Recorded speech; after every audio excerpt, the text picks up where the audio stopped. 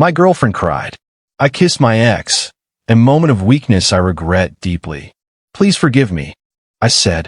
Everyone slips up sometimes. Then I showed her the non-refundable plane tickets to Paris I had bought to propose to her on her birthday next month. And then I lit them on fire in front of her. My whole life pretty much ended last Tuesday. Sounds dramatic, I know, but that's exactly how it felt. It happened when my girlfriend of 2 years, Maya, sat me down for a talk. She had the whole scene prepared. Trembling voice, watery eyes, couldn't even look at me straight. She said she'd done something terrible and had to be honest. Apparently, she went out for drinks with some friends a weekend before, and her ex, Liam, just happened to show up at the same bar. They started talking, one thing led to another, and you can guess the rest. She grabbed my hand, squeezing it tight as the tears came. I kissed my ex, she cried.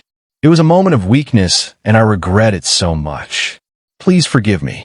She looked up at me, waiting for a reaction, ready for me to yell, to slam a door, to explode. She was prepared for a fight. A fight is manageable. What she wasn't ready for was silence. I just looked at her, completely calm, and said, "Everyone makes mistakes." The relief that spread across her face was almost sickening. She actually thought that was it, that forgiveness would come that easily. I stood up and walked over to my desk in the corner of the room. I told her timing was incredible because I'd been planning something special for her birthday next month. From the top drawer, I pulled out a thick envelope from a high-end travel agency. I opened it and laid out the contents on the coffee table. 2 non-refundable first-class tickets to Paris, a printed confirmation for a week-long stay in a suite at one of the best hotels, and a list of dinner reservations at restaurants she'd spent months talking about. Her jaw dropped. Paris was her dream. Then I reached into my coat pocket and pulled out a small velvet box. I didn't even have to open it. I just placed it on top of the tickets. Her confession died in her throat. She was staring at a very real, very expensive picture of the future she thought was secure. The future she was willing to risk for a kiss with her ex. She tried to say my name, but I raised my hand to stop her. I walked over to the fireplace, picked up the long-stemmed lighter, and came back. I looked her straight in the eye, picked up the plane tickets, lit the edge, and held them as long as I could before dropping the burning paper into the fireplace. The flames curled and blackened what was supposed to be our future. She just sat there, frozen, the fake tears gone, replaced with genuine shock. The only sound left was the faint crackle of paper turning to ash. Let me make one thing clear. I'm not a doormat. I own an engineering firm I built from the ground up. My life is built on logic, structure, and integrity. My father taught me 2 rules. A man is only as good as his word, and boundaries mean nothing if you don't enforce them. No exceptions. When Maya and I got serious, I told her my deal breakers. The biggest one? Exes. They're in the past for a reason. No friendship, no contact, nothing. She agreed. She said she admired my confidence, that it made her feel safe. Turns out, she was just acting. For 2 years, she played the role of the perfect girlfriend. But Liam was always a strange topic. Her college boyfriend, the immature musician, who supposedly broke her heart. She painted him as the opposite of me, unstable, unreliable, while I was the strong, grounded man she'd been waiting for. It was a good story. I believed it. But now I see that she wasn't just telling me about her past. She was laying the groundwork for her next lie. The truth is, her confession didn't completely shock me. I'm an engineer. I can tell when the numbers don't add up, when the foundation starts to crack. And for months, the foundation of our relationship had been giving way. She was always on her phone lately, smiling at texts she'd quickly hide the moment I walked into the room. Her girls' nights became more frequent, and her explanations about where she'd been got vaguer every time. The first real alarm bell went off about a month ago. A close friend of mine, Kevin, called me. He sounded uncomfortable, almost apologetic. He said he was at a music festival a few hours out of town and saw Maya there, with some guy.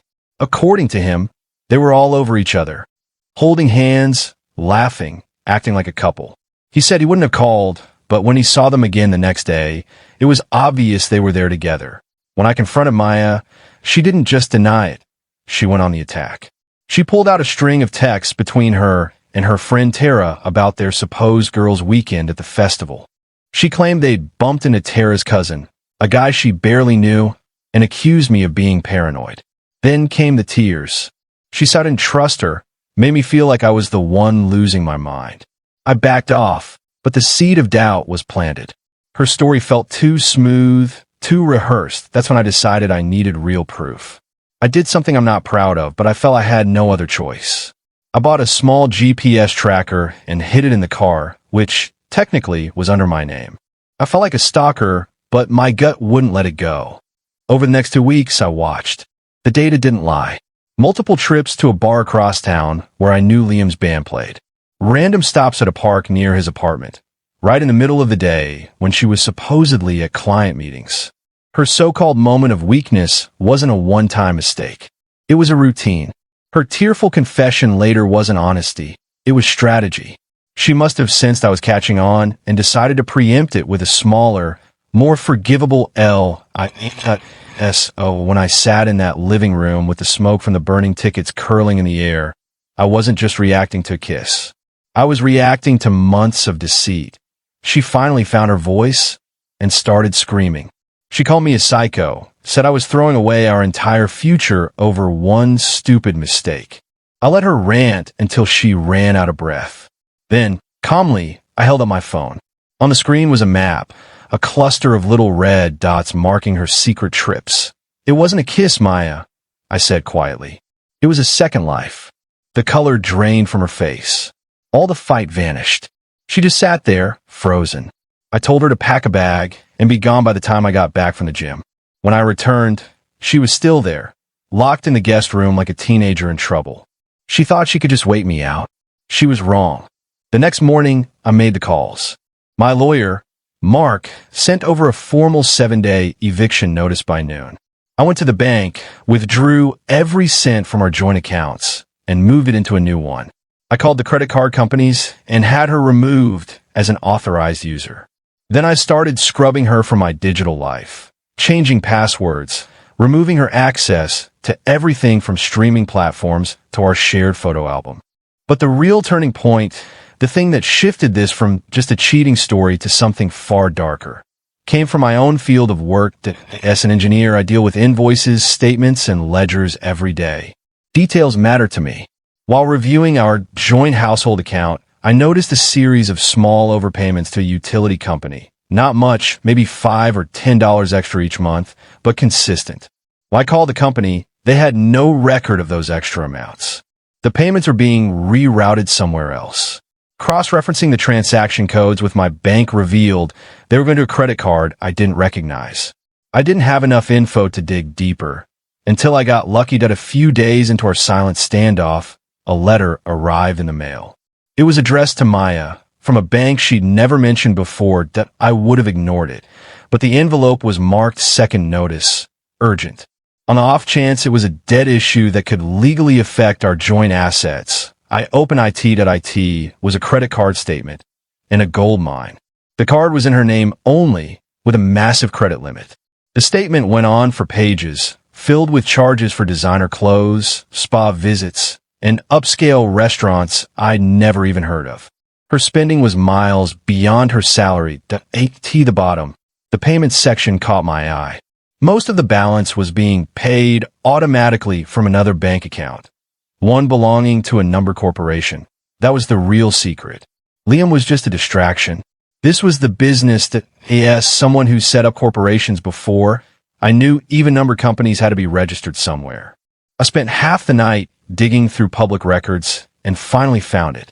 The corporation was a holding company registered to Marcus Thorne, a wealthy, twice-divorced property developer in his late 50s, known for his flashy lifestyle and weakness for younger women. That was the moment it all clicked. Maya wasn't just cheating. She was living a double life, fully funded by another man.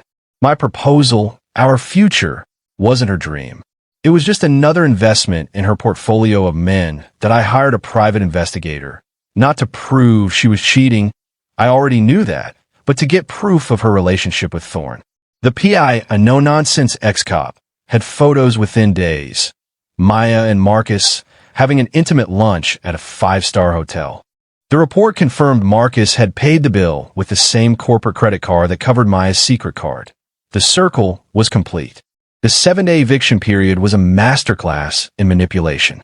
Maya tried everything. First, she sent her best friend, Tara, to plead her case.